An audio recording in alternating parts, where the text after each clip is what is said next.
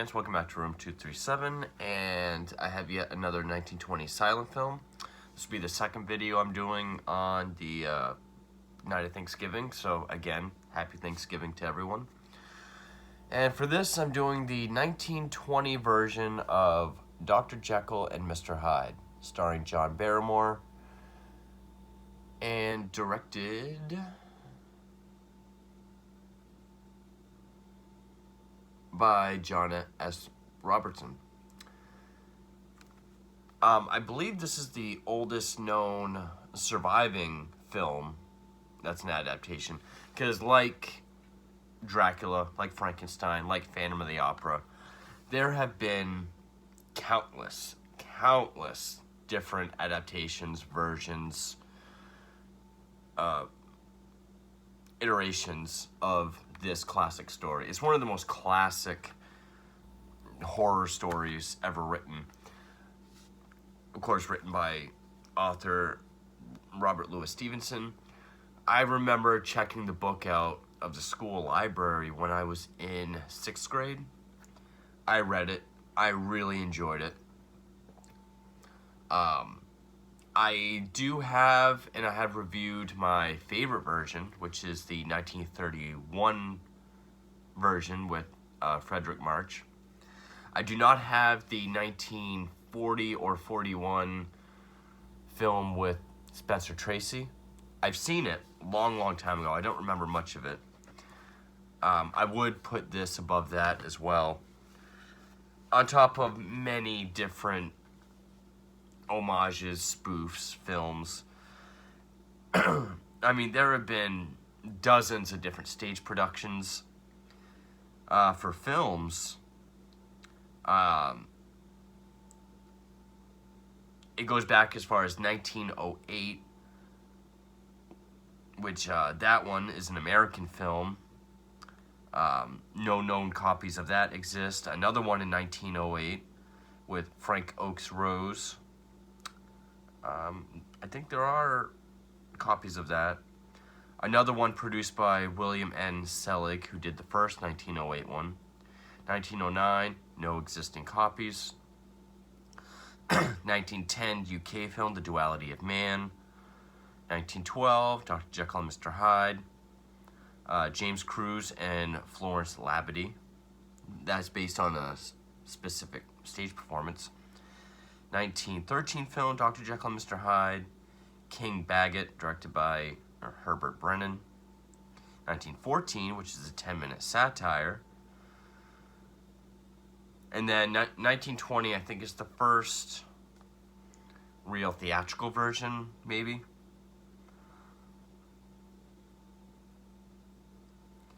But also follows elements of The Picture of Dorian Gray, which is a gothic philosophical novel by Oscar Wilde.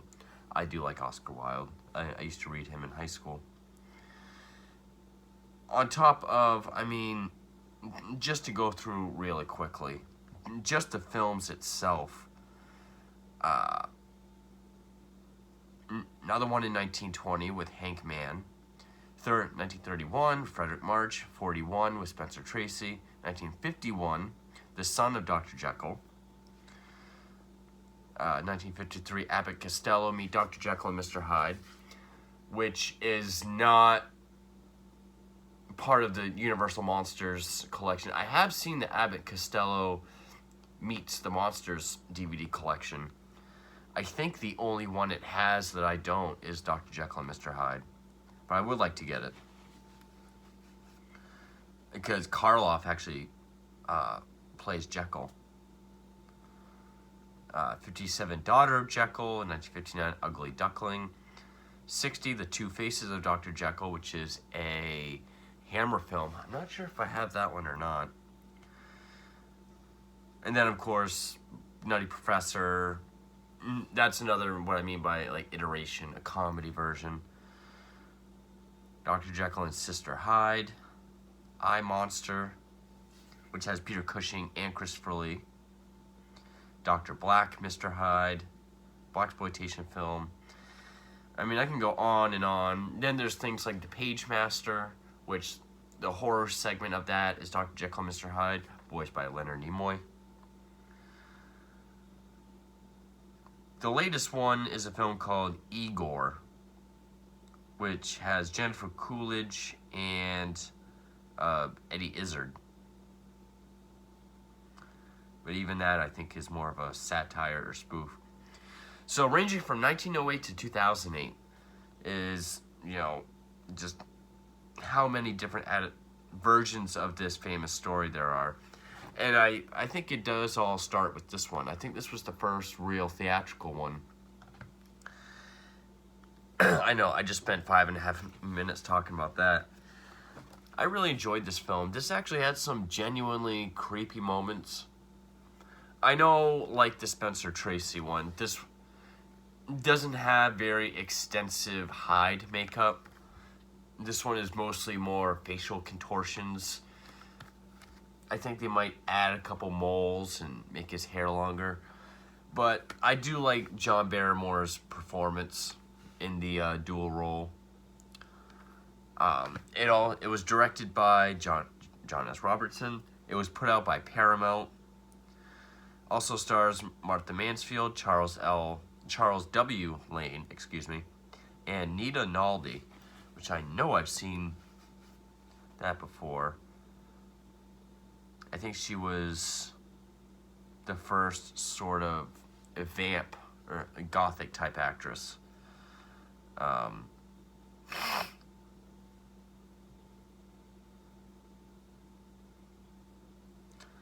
Lots of silent films. Oh, wow. The last thing she was in was Die Pratermitzi in 1927, but then The Passion of Jekyll and Hyde in 2019, her final film role. But she died in 1961, so it must be archive footage. But anyway, and this film is now in a public domain, like many films back then. There have been some alterations. The love interest in this film, Millicent Carew, isn't in Stevenson's novel. She's more so the 1887 stage production, which I would say this one is more based on the stage production than the Robert Louis Stevenson book. I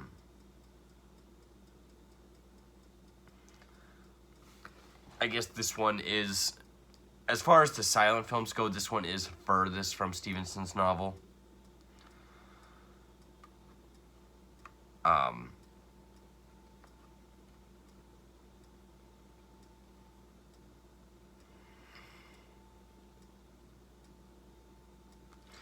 This one, I guess one of the big things is in this, Jekyll is considered a very beautiful, handsome young man, and too good,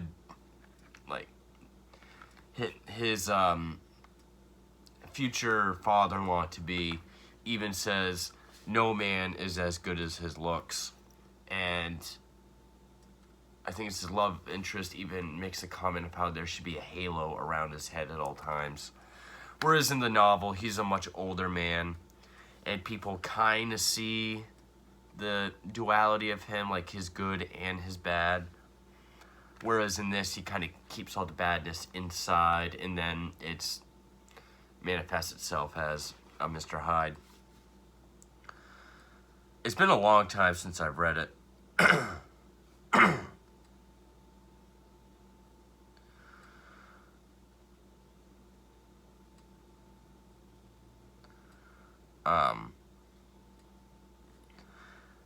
I guess the father-in-law character is more like the Oscar Wilde character in The Picture of Dorian Gray, which is basically the sort of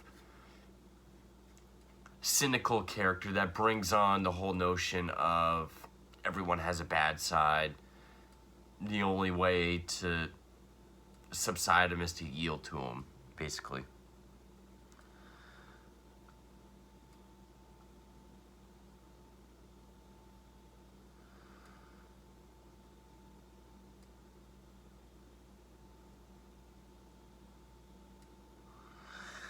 Also, I guess I didn't really notice it at first, but the more evil Hyde gets, and I do like it about this film. I don't think the Frederick March one really did that. The more evil Hyde gets, and the more the film goes on, each time Jekyll turns into Hyde, he becomes more hideous. Like when we first see him, he more so looks like Jekyll with longer hair and just more of like a kind of contorted face. Whereas by the end of the film, he looks like a monster.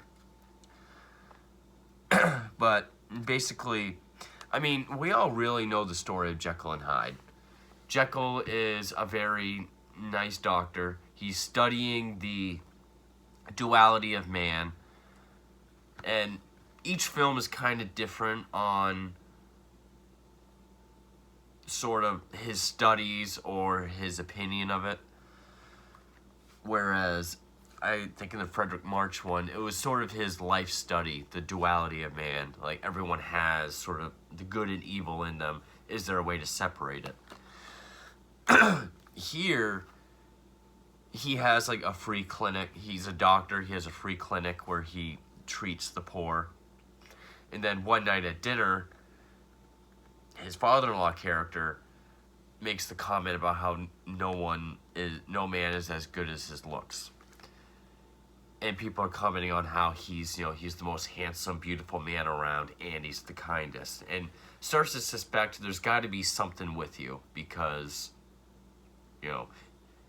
you look really good, you act really good, you do really good, but no one is that good. He's the cynical voice of the film. And other people they're eating with kind of take this, start to kind of not really side with him, but kind of treat it as like a joke. And Jekyll feels kind of humiliated. So he starts to look into the whole, Beauty and Beast side of man, or good and evil, I should say.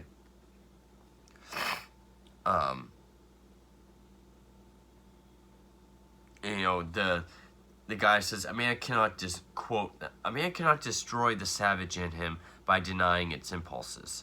The only way to get rid of a temptation is to yield to it.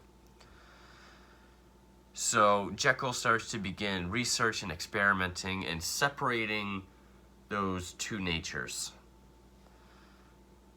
And has some trial and error. He develops a potion that, and yes, I will say in each film it is a very fast-acting potion. And in this one, it's a silent film. It is a visual experience. So yeah, the acting is really over the top. So, he takes it and then instantly it's like very big and boisterous and, when he transforms, yeah, it is, his hair is also very nicely kept, so maybe it is that long, but they make it appear longer, and it's just more like this kind of, and at first you're like, well, okay, there's not much of a transformation there, but by the end of the film, he just has this more bestial, more rotten teeth. There is one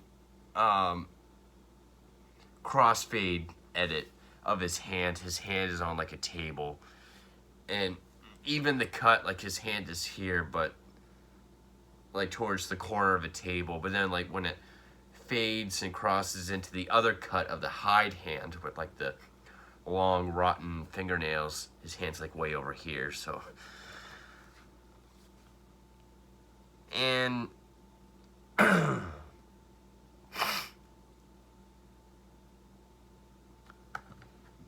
he decides to use that as a vehicle to let out his evil deeds.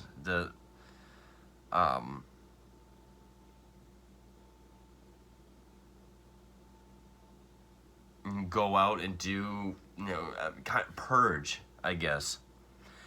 He has a servant named Poole, played by George Stevens, and Poole is under the impression that Jekyll and Hyde are two different people.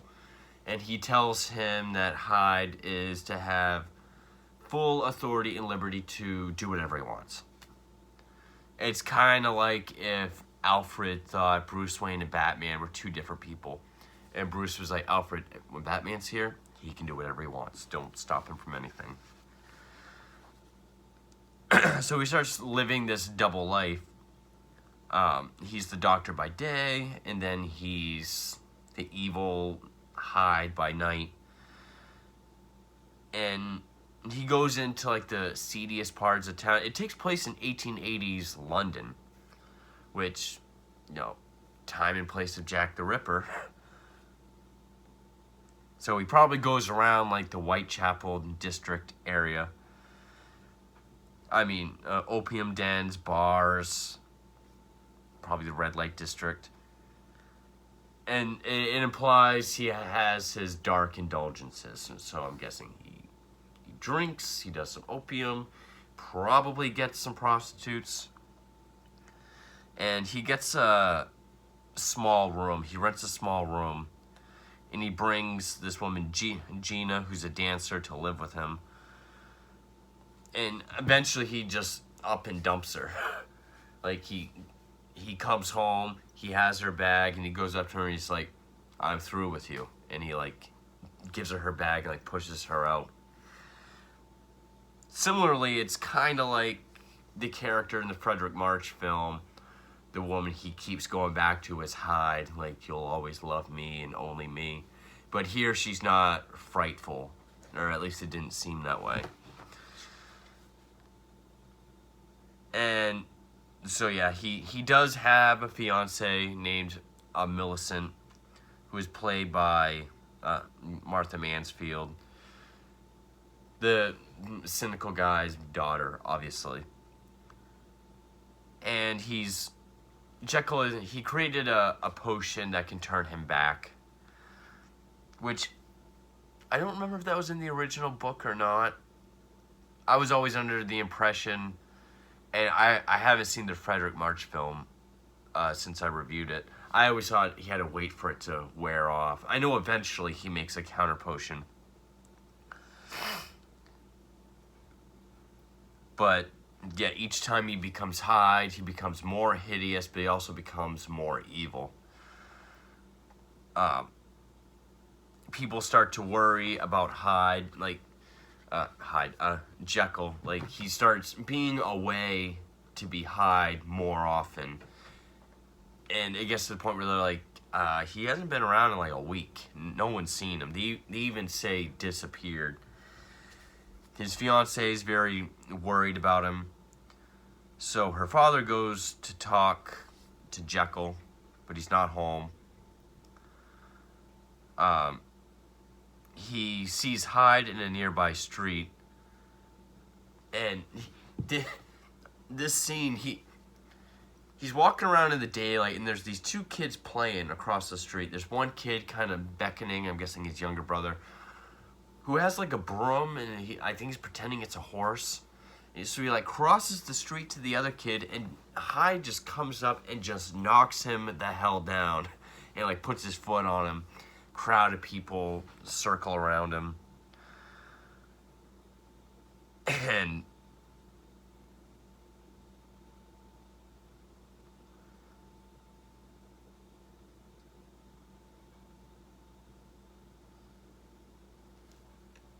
people give him hell, and then he leaves. And at this point, the father-in-law sees Hyde do that, but eventually, he gets a check and gives it to the boy's father. But the father-in-law sees the check, and he notices it was signed by Jekyll. Then he talks to his servant Poole, who tells him the story of Edward Hyde. Hyde goes back to his lab, drinks counter potion, and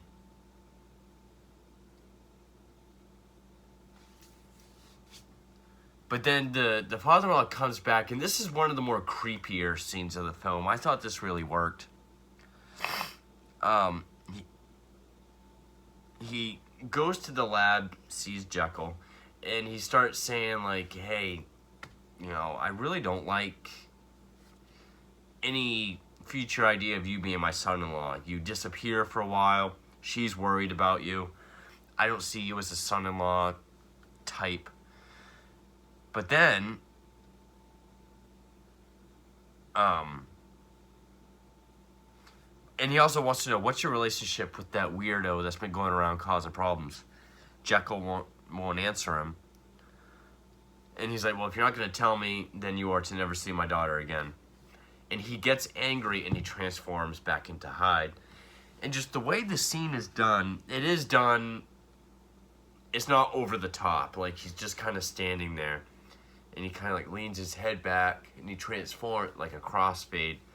But the way the camera is, of course, it's an old black and white silent film. This is color tinted, so it's like blue at night, like sepia inside, black and white during the day. I really like that.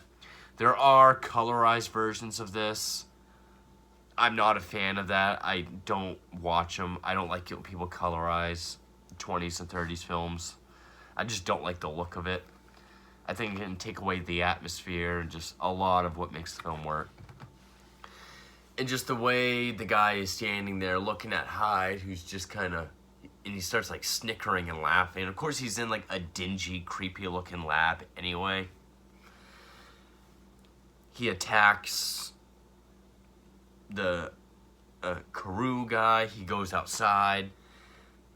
He grabs his cane, beats him to death with it. People around hear it. They go check on him. Hyde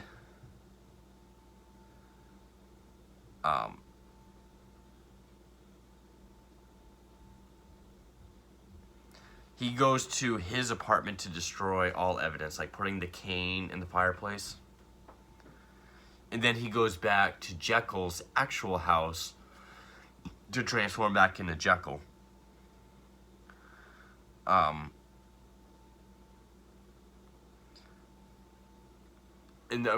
at this point, which he's actually, this all happens actually outside Jekyll's house.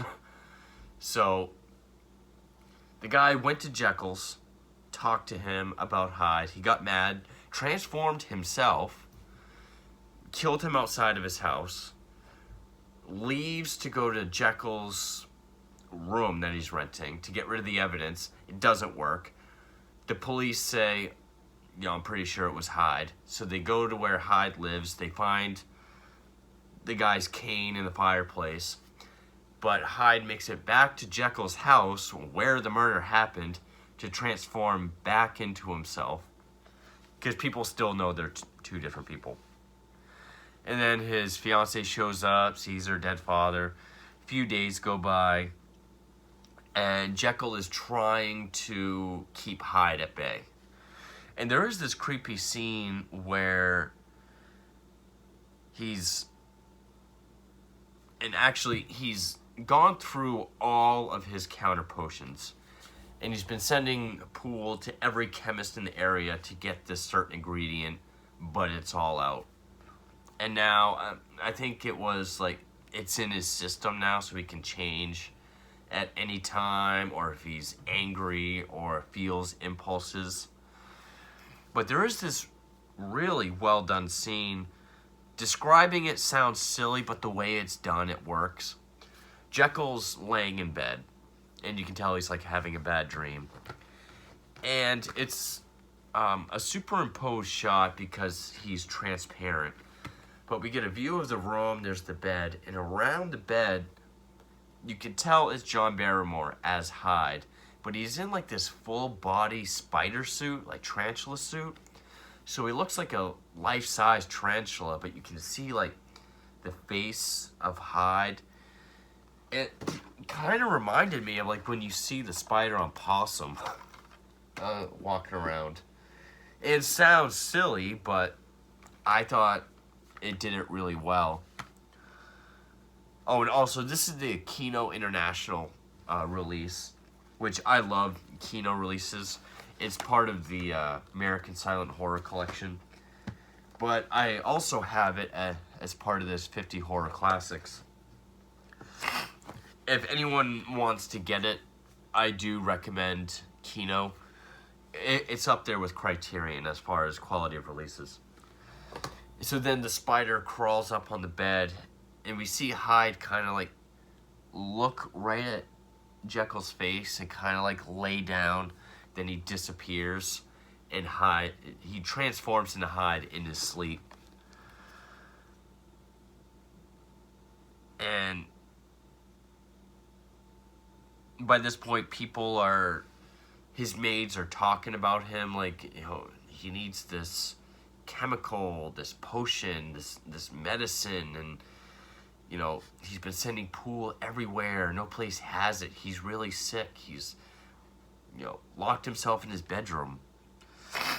So at this point, his fiancée Millicent goes to see him, and she knocks on the lab's door. He's down in the lab, and he starts transforming again into Hyde. I'm not sure what happened when he was in the bed, but at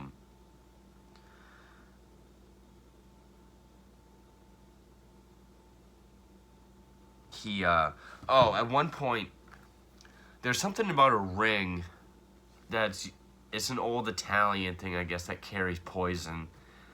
And I think it was Hyde, took it from whoever was wearing it. And now he keeps this ring that he stores poison in. So as Millicent comes in, he ingests this poison, seemingly to kill himself. And we get the scene where he had taken it from Gina, the exotic dancer. He's transformed into Hyde one last time. He lets her in, and he locks the door, and he starts to seemingly attack her.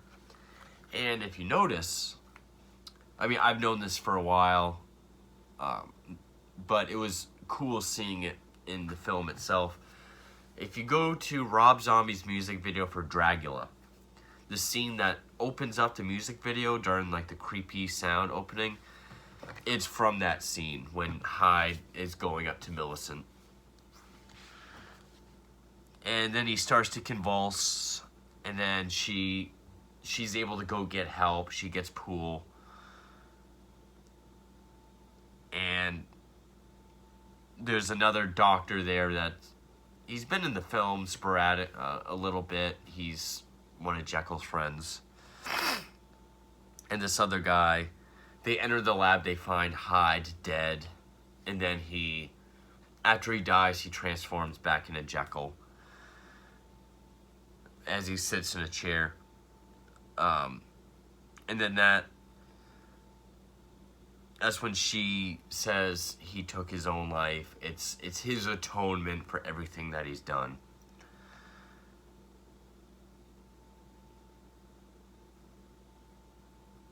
And then, they go out into the next room, and they tell the other people there that Jekyll and Hyde are one. And then it ends with the fiancé grieving next to Jekyll's body. And we can assume that the news will go out to the world about Jekyll, Hyde, the experiment, and their deeds. And that's the end of the film. I think I've seen this one version before. I don't remember, because I've had this for a long time. I've had this for years.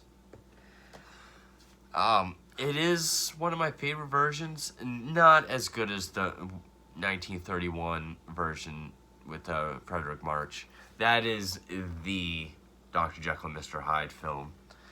I would put this above the Spencer Tracy one, though. I do like how the more evil, or the more he transforms, the more evil and grotesque he gets. I do like the editing. I like the cross fading edits. The scene with Sir George Carlew, the father-in-law, goes to talk to Jekyll and he transforms on his own. I thought that was the creepiest shot of the film. Just, you can tell he's kind of like laughing, and the guy's like stuck there in the darkness of his lab. Even the scene of like the dream in the spider suit, I thought looked really creepy. It was a pretty effective film. And again, I keep saying this throughout every silent film review. I really enjoyed the silent film. I'm really enjoying going through and watching all these films from the 20s. I haven't come across one dud yet. I've enjoyed all of them. And I mean, it's only 73 minutes. It's a very short film. I do think this one was possibly played at a faster speed. I think the theatrical runtime was 79 minutes. This is 73. Maybe they cut the credits or they do play it at a faster speed. I know that's been the case with a lot of newer releases of these silent films. Especially He Who Gets Slapped. That one was sped up a lot. But classic story. One of the most classic horror stories ever. I loved the book as a kid. It's another one of those stories like Dracula, Frankenstein, Phantom of the Opera that I have to see every version there is. Probably my second favorite version next to Frederick March. Thought John Barrymore did a very good job. It is very different from the novel, but the differences they did, it didn't lessen the experience or take away from the story. At least I don't think. It helped make it its own. Which is another thing I can give it. It's definitely its own film. But yeah, 1920s, John Barrymore, Dr. Jekyll and Mr. Hyde. I had a good time with it. Thank you for watching.